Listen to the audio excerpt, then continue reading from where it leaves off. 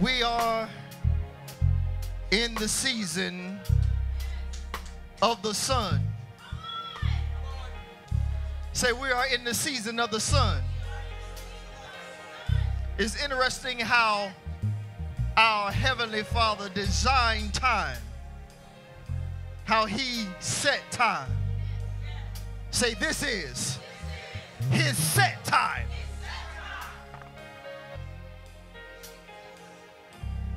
Do you understand the time that you're standing in?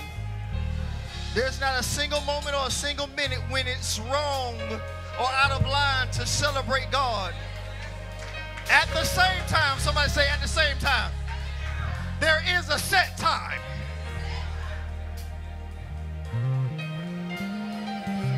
So what He started in Genesis 1:14, He continues in Exodus 12. So He begins time in Genesis, and He says, in the beginning, God created the heavens and the earth. If we slide down to verse 14, He set lights in the firmament, and He made one light to rule the day and the lesser light to rule the night. Say, He chose the lesser light.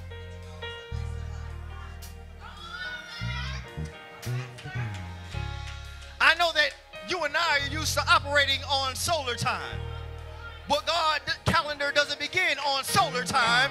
His time is on lunar time. Somebody say the moon don't lie. Man can change dates all that he likes.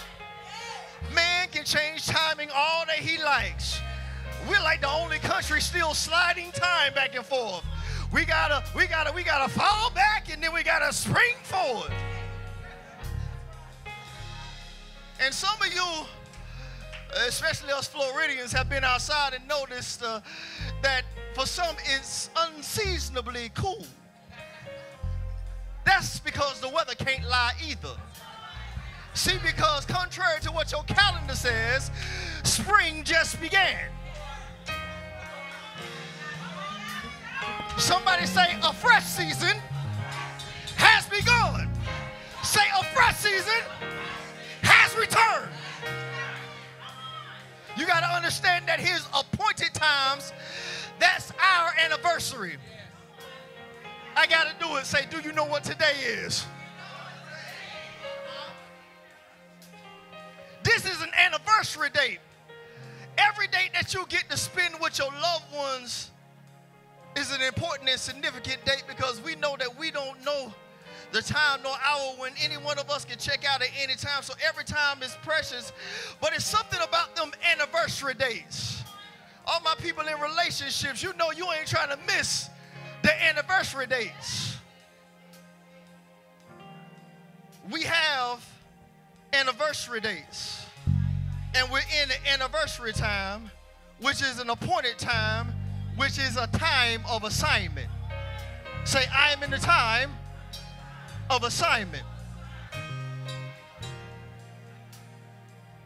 And so what He sets up in Genesis 1:14 with the lesser lights, He sets the moon for time, for seasons, and for years, for signs, for seasons, and for years. And He prophesies to Abraham, and He says, I'm giving you a land, but at some point in time when you come into that land, you're going to come into bondage. But don't worry about that time, because I'm going to break you out. And it's difficult sometimes serving a Savior who tells you that you're going to have to deal with difficulties. But here's the part about God, y'all, that we don't talk about so much. See, everyone loves the Savior. There's no one in here that wouldn't take a hand from anybody to be saved. If your life is on the line, it don't matter what problems you might have had with that individual before. If your life is on the line, unless you got some kind of crazy pride, I bet you reach your hand out. So it's not difficult dealing with the Savior side. The difficulty is dealing with the sovereign side. Because the sovereign side will have a meeting in heaven with the devil and then send him to you.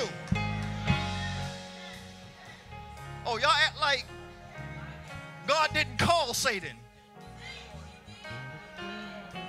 Oh, see, we don't like this. He called. Come here. I got one that you can't break.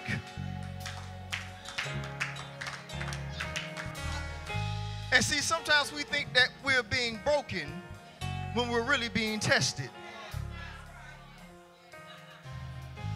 Watch this. And before you get to running and thinking I'm going to talk about double, I'm going to be honest with you. I don't want Job's testimony. You can call for double. You can have that double all by yourself. Oh, I'm sorry. I'm one of them people that tell the truth, the whole truth. So help me, Yahweh. I don't want that, man. If double costs me all that, bro, I'm good. I'm good. But here's the point that I'm making is that God will sometimes put you into a situation that you and I don't understand, thinking not strange, the fiery trials, which are to try you as though some strange things happen to you. So you're not experiencing a strange thing when you're experiencing difficulty. Because watch this, he has an exodus planned for you.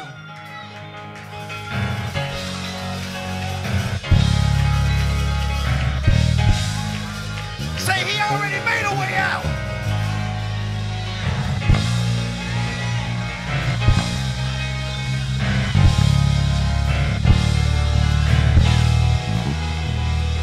Shout Waymaker.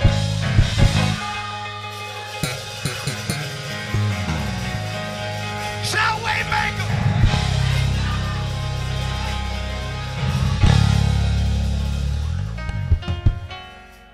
Y'all help me out. When you've been born into bondage, freedom sounds like a foreign concept. And some of us have been freed. Y'all in the house, so y'all got to get what they get. Some of us have been freed, but we still have slave mentalities.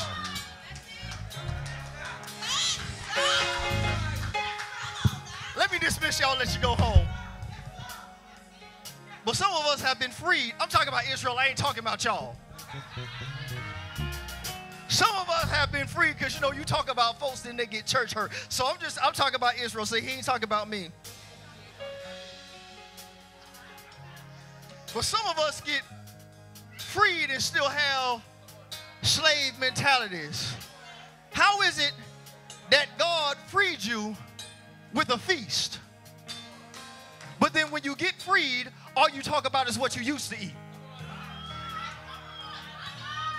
I said, how can God free you with a feast? I want you to check your text.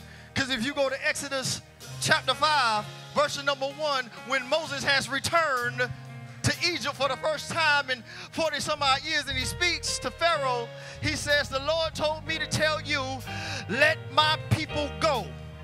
Now, most of us stop right there, but there's more to the verse. He says, let my people go so that they can hold a feast unto me in the wilderness. Say the release was set on the feast. If you love the lamb like you say you love the lamb, do you understand that the relief is set on the feast?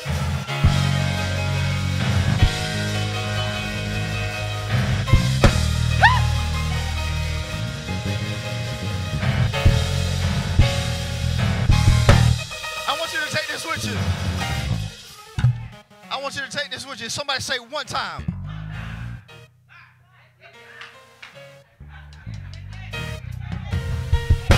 Somebody say one time. I'm sorry, I'm trying to calm down. Somebody say one time. Don't push me too hard. Say one time. So his one sacrifice serves all offerings. I don't think you understand. I said his one sacrifice serves all offerings. So he is the Lamb. But he's not just the Lamb, he's also the scapegoat.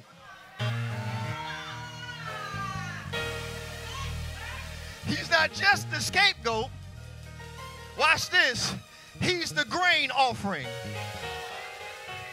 When he's teaching his disciples right before his crucifixion, normally when they brought somebody to him, he would minister to them. But on this particular occasion, he says, no, my time has come. He says, if a grain falls into the ground and dies, unless a grain falls into the ground and dies, then it remains alone. But if it dies, somebody say, if it dies, then it produces much grain. New Heights, can I give it to them? Watch this. When we think of fruit, we think typically of fruit on a tree or fruit on the vine. Here's the thing I want you to understand. The seed in the fruit on the tree and the seed in the fruit on the vine don't look like the fruit.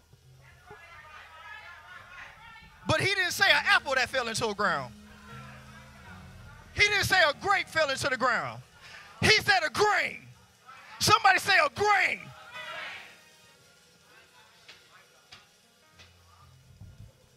Somebody say go with the grain.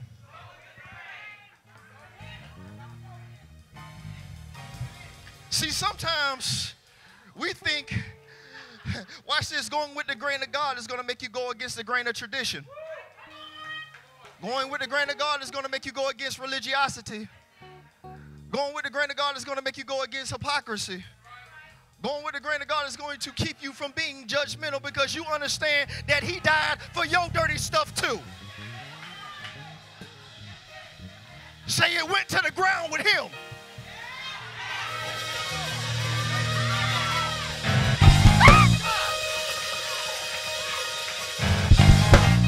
I promise y'all I'm trying to calm down. I promise. You know how some things go to the grave with people? Say he took my sins.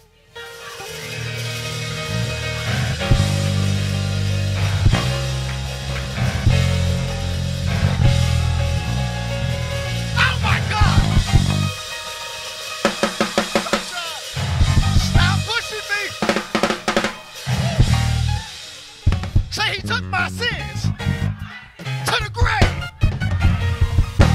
Let me tell you how I can prove that they're still there. He's not, but they are. Because he didn't come back in the same body he left with. Because when he came back in his glorified body. And when he came back in his glorified body, he was like, look, don't touch me.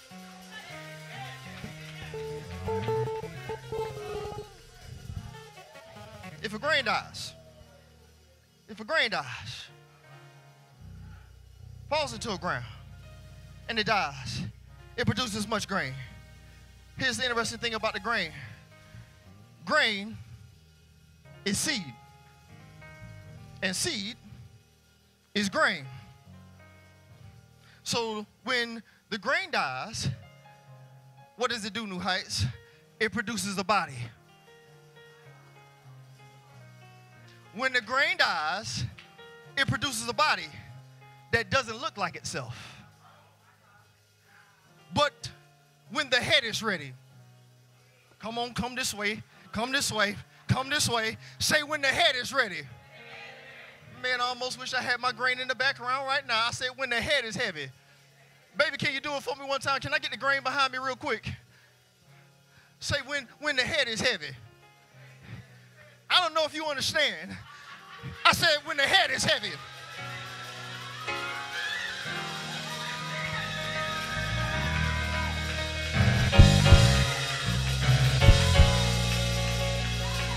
And some of y'all are trying to figure out, what does he mean that the head's heavy? See, the difference between the wheat and the tares is they look the same. Somebody say until harvest time. Somebody say until the set time. Somebody say until the appointed time. Say I'm there right now.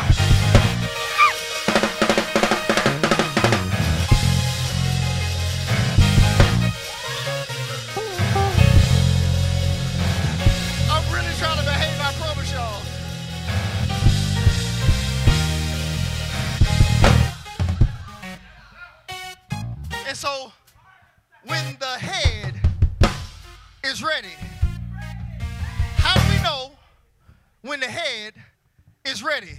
It's when the head is heavy.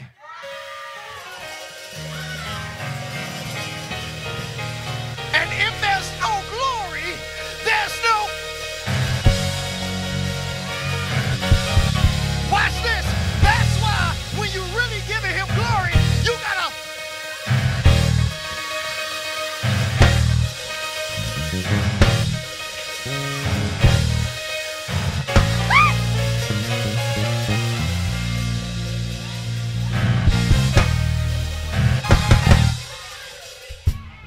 The head is ready when the head...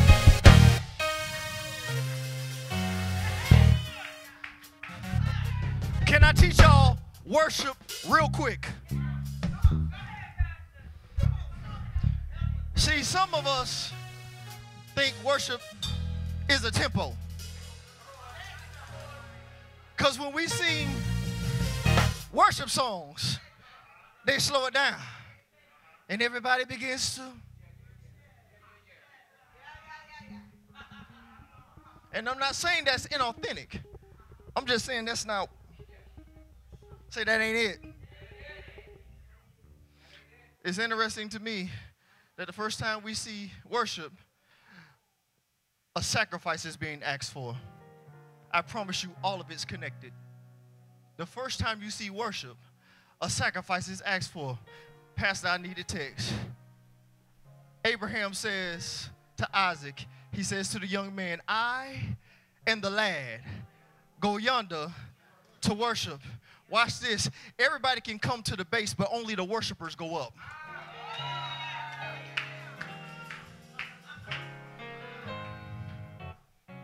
Only the worshipers go up. And so when the worshipers went up, Abraham ain't sitting in that ram caught by its horns. You ever seen an animal trapped any kind of way and not paid it attention? What is that? So this thing is caught. It's already there. How can I prove to you that it's already there? Because before he gets ready to slay his son, watch this, his only begotten son. How is Isaac his only begotten son and Ishmael is about 15 years older than him? Because God doesn't count what he didn't call.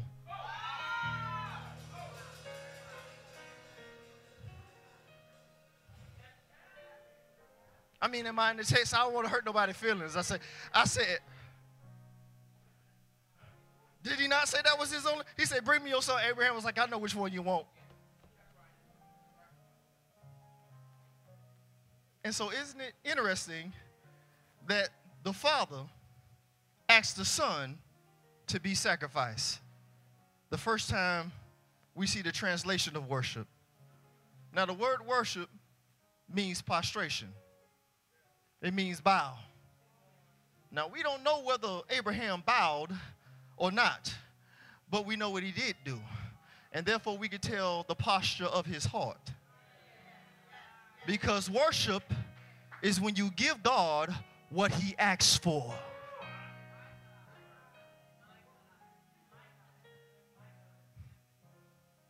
He said, watch this, so Yeshua went into worship while he was going to Calvary. I don't think you heard what I said. I said Yeshua went into worship when he was on his way to Calvary. Say that's worship. Because a father sent his son to be sacrificed. Here's the thing. Yeshua doesn't get a substitution because he is the substitution. Because Abraham said God will provide himself a lamb, but that ain't what he received. What does the text say he got? He got a ram. Why? Because the father got to come before the... See, the ram carried the seed for the lamb. Y'all don't... Okay, let me stop playing with y'all. I say the ram carried the seed for the lamb. And so we get to the sacrifice, say one offering. Say one time. I got to let y'all go. One offering, one time. So when Yeshua gets to Calvary, when he gets to Golgotha, it's interesting what Golgotha means. The place of the skull. The place of the place of the head. Here's if you can get the picture of this, that when they took Yeshua outside the gate, somebody say outside the gate. New Heights, I promise you, is coming soon. So outside the gate. So when we join Yeshua, we join him. This is Hebrews, the book of Hebrews. We join him outside the gate. Because they couldn't kill him in the city. Because he had to be the scapegoat.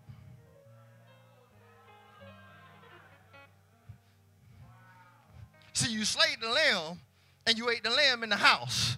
But the scapegoat, you had to take him outside the gate. And so here is the goat and the lamb and the grain. So there was a daily offering required every day. It's called the daily offering, and it's called the regular offering. So watch this. Sacrifice is not special. It's not exceptional.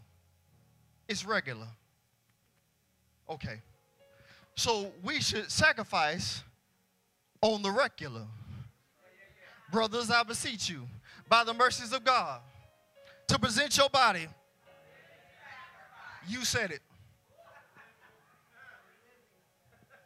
A living sacrifice, watch this, holy and acceptable, which is your exceptional service.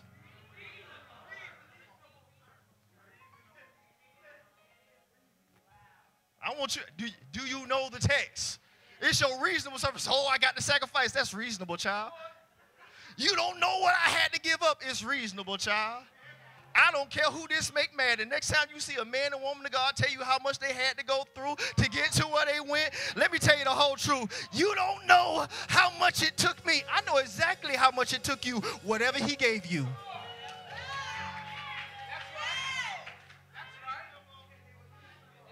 He asked Abraham for a son because he gave Abraham a... And in Exodus, he actually told his people how to kill his son ages before it took place. He says on that night, matter of fact, on the 10th of the month, say I'm in a new time. I'm in a new season. Exodus 12, he said, this month, Deuteronomy 16:1 tells you what the name of the month is, and the name of the month is Aviv, which means green ears. It means the forming of corn. Anyway, but on the 10th day, you will select your lamb. So on the 10th day, when they selected their lamb, oh, so you think I'm talking Old Testament? No. I'm talking New Testament. We call it the triumphal entry.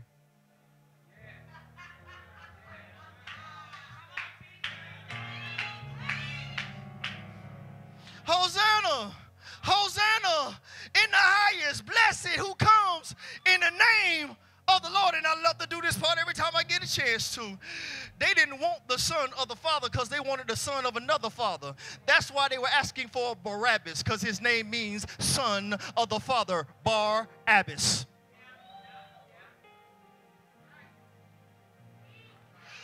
I got to get out your way, I'm boring you. But so they said when he comes, riding on a donkey, riding on a colt, and he came in and he tells his disciples to prepare Passover. He said, I've been waiting on this one. I've been waiting on this one. And this might upset some of your doctrine, but oh well, you're here now. And so when they sat down and he told them to go get the Passover, they went and got a literal lamb.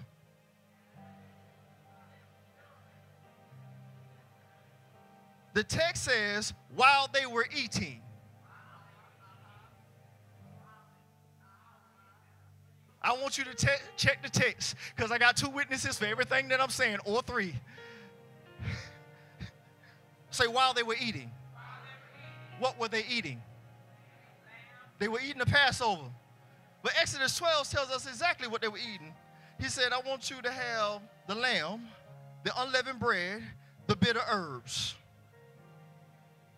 Say, while they were eating, he took the bread, he blessed it, and he broke it. He said, take, eat, do this in remembrance of me. I want you to go a little bit further in the text, because the text says something that might break your skull. Somebody say, after supper.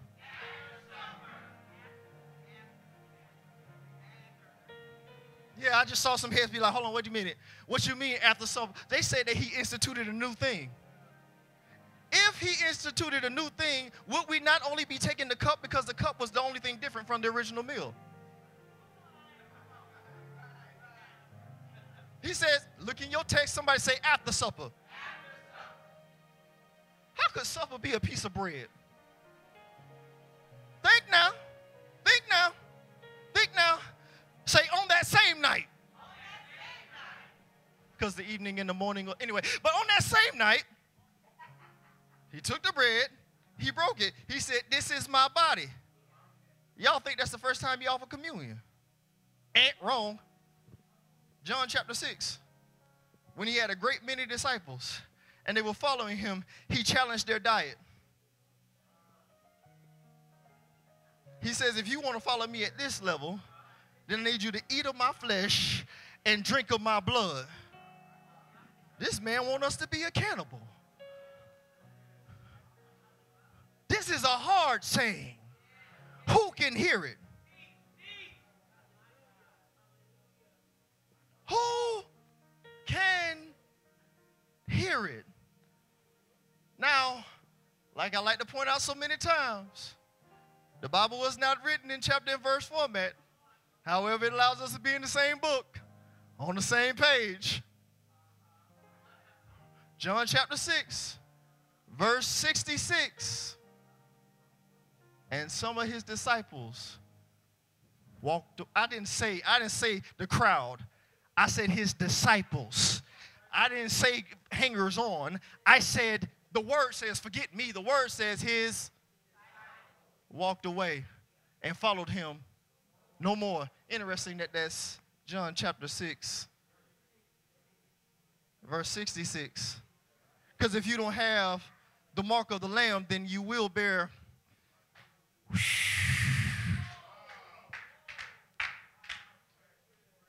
What is the mark of the Lamb? Say the blood over my dwelling.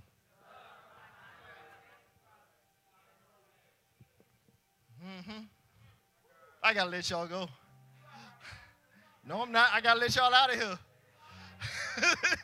I got to let y'all out of here. And so, the night of Passover, in your Bible, it'll say the day of preparation. Why was it the day of preparation? Because unleavened bread was celebrated differently than Passover. Passover is actually not a holy convocation, but it is a feast day. So watch this. The reason why they had to get him off the cross, hear me closely, because just because it was a Sabbath doesn't mean that it has to be a seventh day. Because the first and the last day of holy convocations, those are Sabbaths as well. And they had to get him off the cross before. But he wears a crown of thorns, you know, thorns and thistles. He wears that around his head. And then he's hung on a cross. So he was wearing the curses on him. The curse of the ground. Okay. I say the curse of the ground and the curse of the tree, because cursed is he who, say he took it to the grave.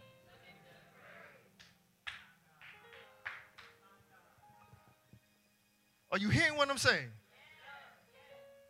And so while he hung, bled, died, while he's in the grave, he is the bread of life who can't raise himself.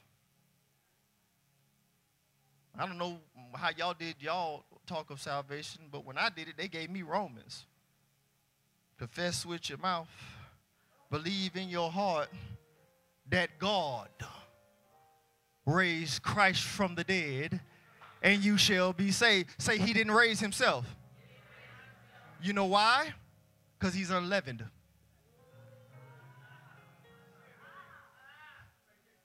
He doesn't raise himself because he's unleavened. Then it's interesting, he chooses the next day to raise because he's got to fulfill prophecy, but he's also got to fulfill feast. And so the next day, say the third day.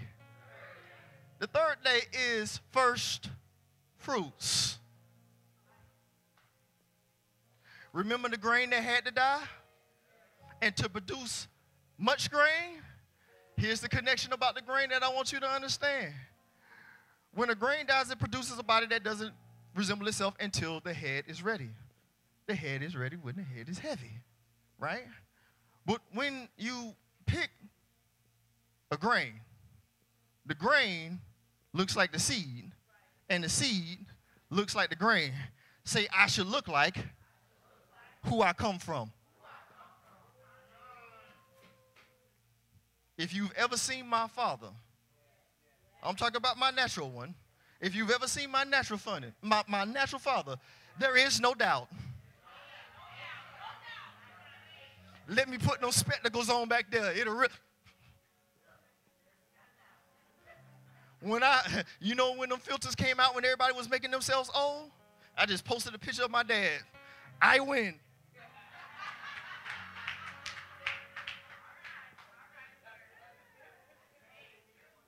It was funny because he took that particular picture in front of the mirror with the two hands touching. I like, look how sanctified my dad is. He's saint.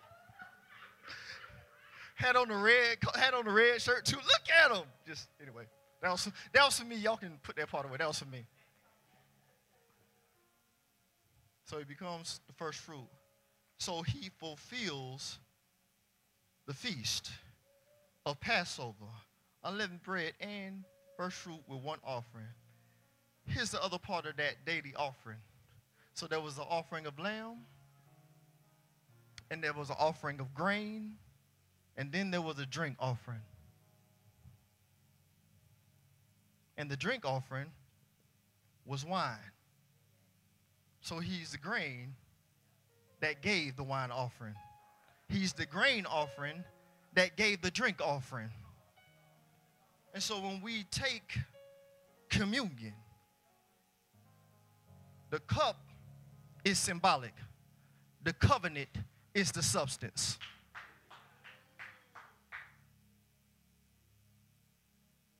Are you hearing what I'm saying? The wine is symbolic. The blood is the substance.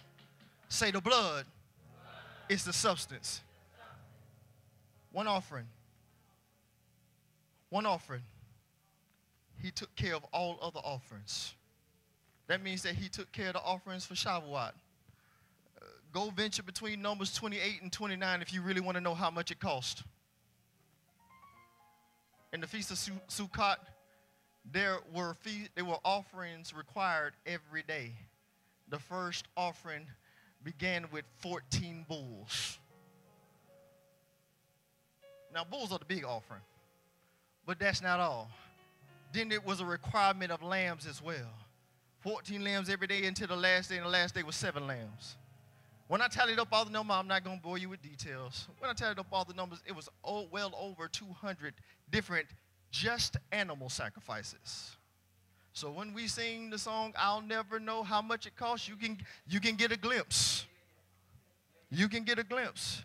The cost for a single lamb right around now, depending on how much it weighs, you're looking at about $400 there in the ballpark.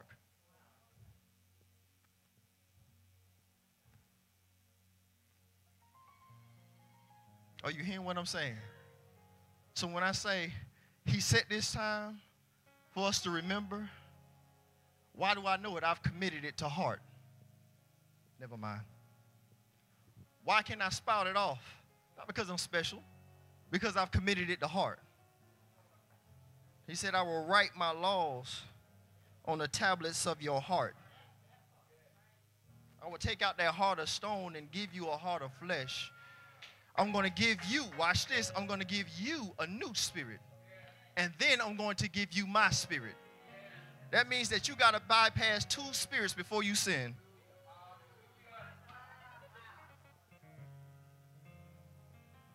I'm done. I got to get out y'all way for real. But this is his season. By the way, one of the reasons why he couldn't be touched is because he hadn't offered the wave offering yet. Because he had to take a stalk of grain and wave it before the Father.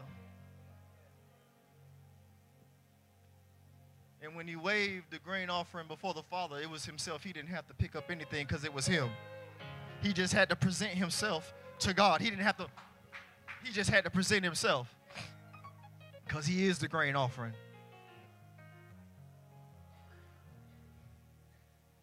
And so we love Pentecost. Pentecost in Hebrew is called Shavuot. There's only one way to get to Shavuot. You got to count Sabbaths.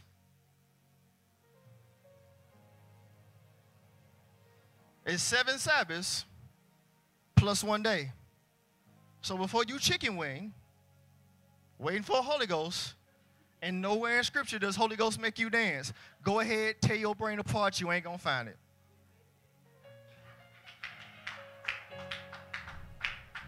No, I actually want you to go, oh, I'm going to see. If you go and try to prove me wrong, you're going to help me out by studying.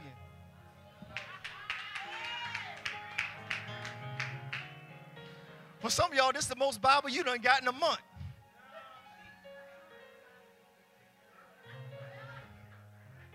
Yes, sir. Yes, sir. Yes, sir. Yes, sir. I got to wrap it up.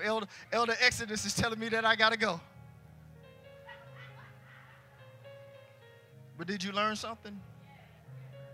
So we see the depth of what Yeshua did with one offering. He paid, watch this, he has fulfilled all sacrificial elements.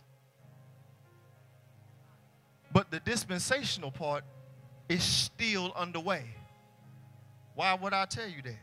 So when somebody say, oh, Christ fulfilled it all, the sacrificial element, if Christ has fulfilled it all from a dispensational, not eternal, from a dispensational standpoint, you and I have no hope.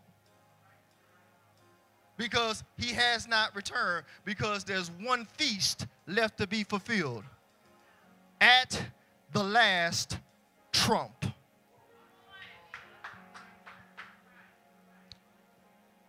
Feast of Trumpets, which happens 10 days before the Day of Atonement, which happens right before the last harvest. It's called Sukkot. It's called ingathering. It's called tabernacles. There's your snapshot. Stand to your feet.